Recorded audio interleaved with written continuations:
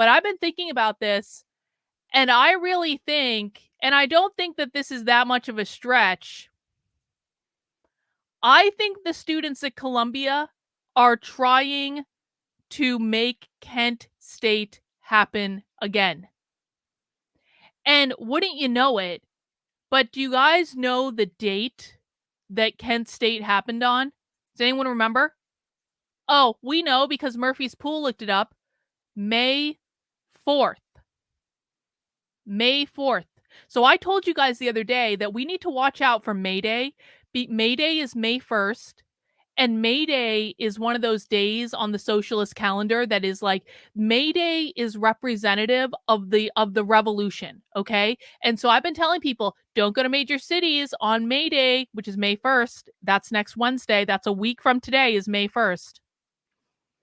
Because I think something's going to happen on May 1st. But what I didn't realize was that Kent State was on May 4th. May 4th is a Saturday. May 4th is going to be, well, an easy day for a lot of nonsense to happen. And I really do think that the students at Columbia are trying to provoke such nonsense. Like conservatives, I mean, I know I rag on conservatives a lot and people give me, and there are some conservatives who don't like this, but the reality is that conservatives are being so stupid about this. I'm sorry. The responses that I've been seeing from conservative media, from conservative influencers, all of their audiences that are cheering this stuff on, conservative influencers are cheering for the cops to beat up the students. Literally earlier today, a major conservative influencer, and I'm not going to say who it is because I don't want to give this person any additional attention, but they posted a video. They posted, which video was it? That one, not that one. This one. So cops at the University of Southern California are brandishing their baton against students protesting at the University of Southern California. And there's this big time conservative influencer that has over 1 million followers that put together an edited clip of this specifically. And he was like, look, the students fucked around and they found out. And I was like, I replied to him and I was like, you morons, the students want you to beat them up. The students want this. The students want to be martyred. And of course, he blocked me because conservatives are a bunch of fucking snowflakes who only want to be told lies and who only want to hear their talking points over and over and over and over and over again. And they don't want to be told the truth, which is that the students, not that one, are trying to provoke another Kent State. And conservatives don't understand this because they can't imagine anyone having strongly held convictions, because conservatives themselves, for the most part, do not have strongly held convictions. But these kids do. The ones at Columbia, the ones that are protesting now on Harvard, USC, University of Texas at Austin, University of Michigan, Tufts, I think University of North Carolina, Rice University. There are these encampments that are popping up all over the place now. And what the right is not wrapping their heads around, well, first of all, the right still thinks this is all anti-Semitism, which is garbage. The students don't care if people are Jewish. In fact, there are Jewish groups that are literally holding Shabbat dinners and I don't know other Jewish things and Jewish activities. I don't know the names of any of these things, sorry. But there are Jewish groups that are on these encampments that are doing Jewish things, and no one's actually bothering them.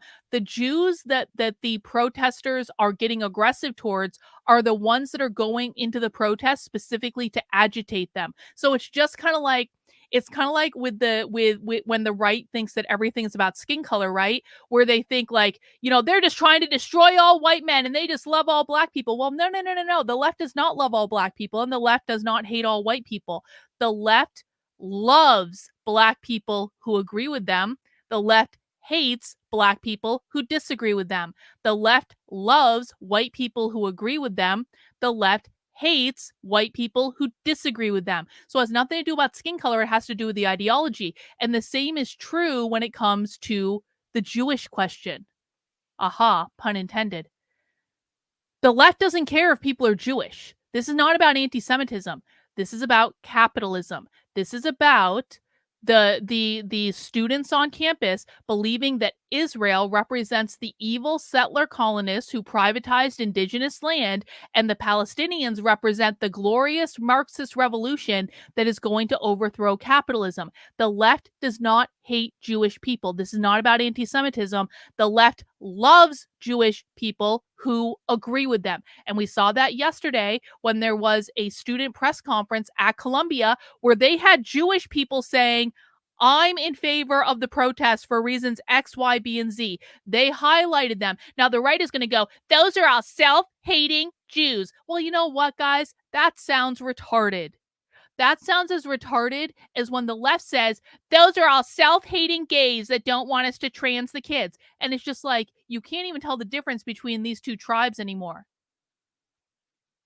My point is this, is that the right doesn't understand what's going on at all. The left is trying to provoke a nationwide protest, and the left is not afraid to die for their beliefs. This is the point that I'm making. The left, there are people in all of these protests, in all of these student protests, that are completely unafraid to die for their beliefs. They want to be martyrs.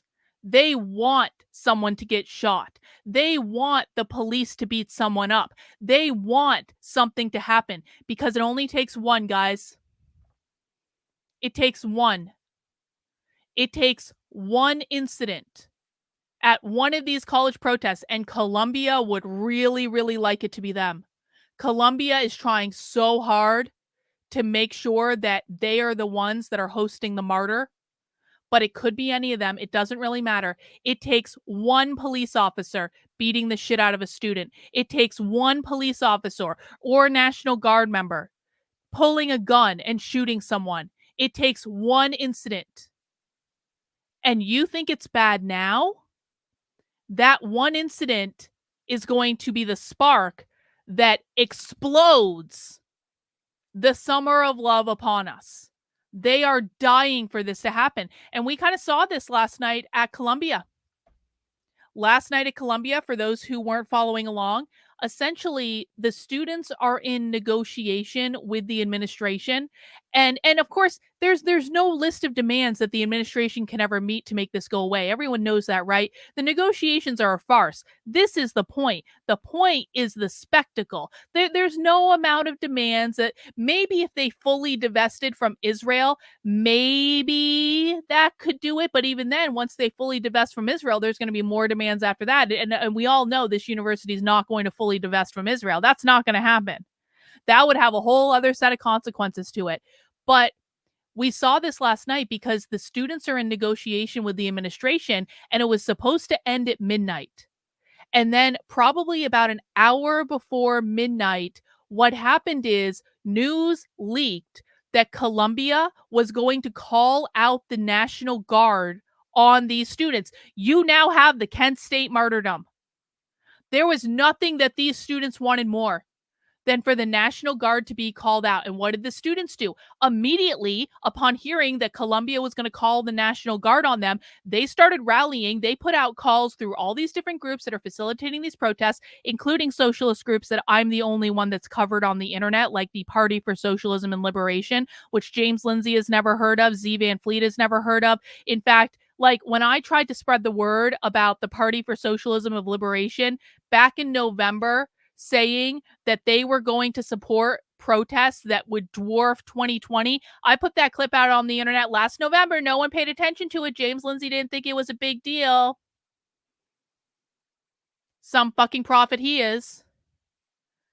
Anyway, so the students, once they heard that the National Guard was going to get called out, started putting out all these calls in New York saying, everyone come to Columbia. We have to defend the encampment. And then the crowd at Columbia swelled to over 1,000 people. Look at this crowd. This was last night at midnight. Look at this.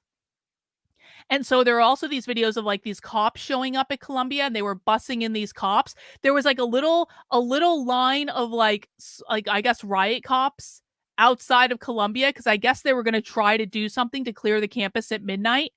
And I was looking at the videos of like this line of cops and the protesters and the students dwarfing that line of cops by like 10 times. And I was like, bro, you guys aren't doing anything to break up this protest. And sure enough, the deadline was extended to 8 a.m. And I got up early today because we had to do the spy stream. And as soon as I got up, I was like, okay, what happened to that 8 a.m. deadline at Columbia? Guess what? They've now extended it another 48 hours. So I think, the students are in control of this. And I want to play this video for everyone from last night. And listen, I just think this is kind of funny. I mentioned this on the spy stream earlier, but not everyone was on my spy stream earlier.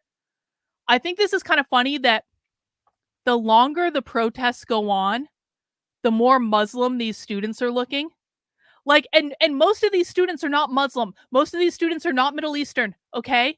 But like the longer the group kind of like is together in this experience, they're forming into a collective and they're all turning Muslim. Look at the like as the camera pans around, we're going to listen to this clip. And by the way, they're called comrades in this clip because, of course, the goal is not anything to do with the Jews. The goal is to overthrow capitalism. Comrade is a signifier that you are a member of the party. You are a member of the far left party. They do really call people that. But like, look at the crowd as the video pans around.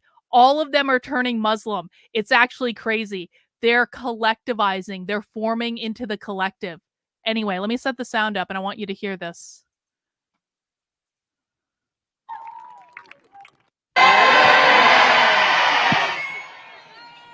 we will know, because of that, in advance of an imminent sweep. We are entering a period of high alert for the next 3 days. And that is why I urge all of you to talk to your friends as well and let them know that we may need people to turn up quickly, en masse, in front of the encampment to defend the encampment.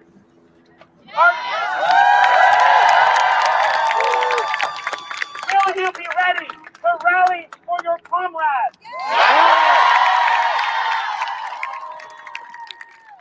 We are so close to divestment.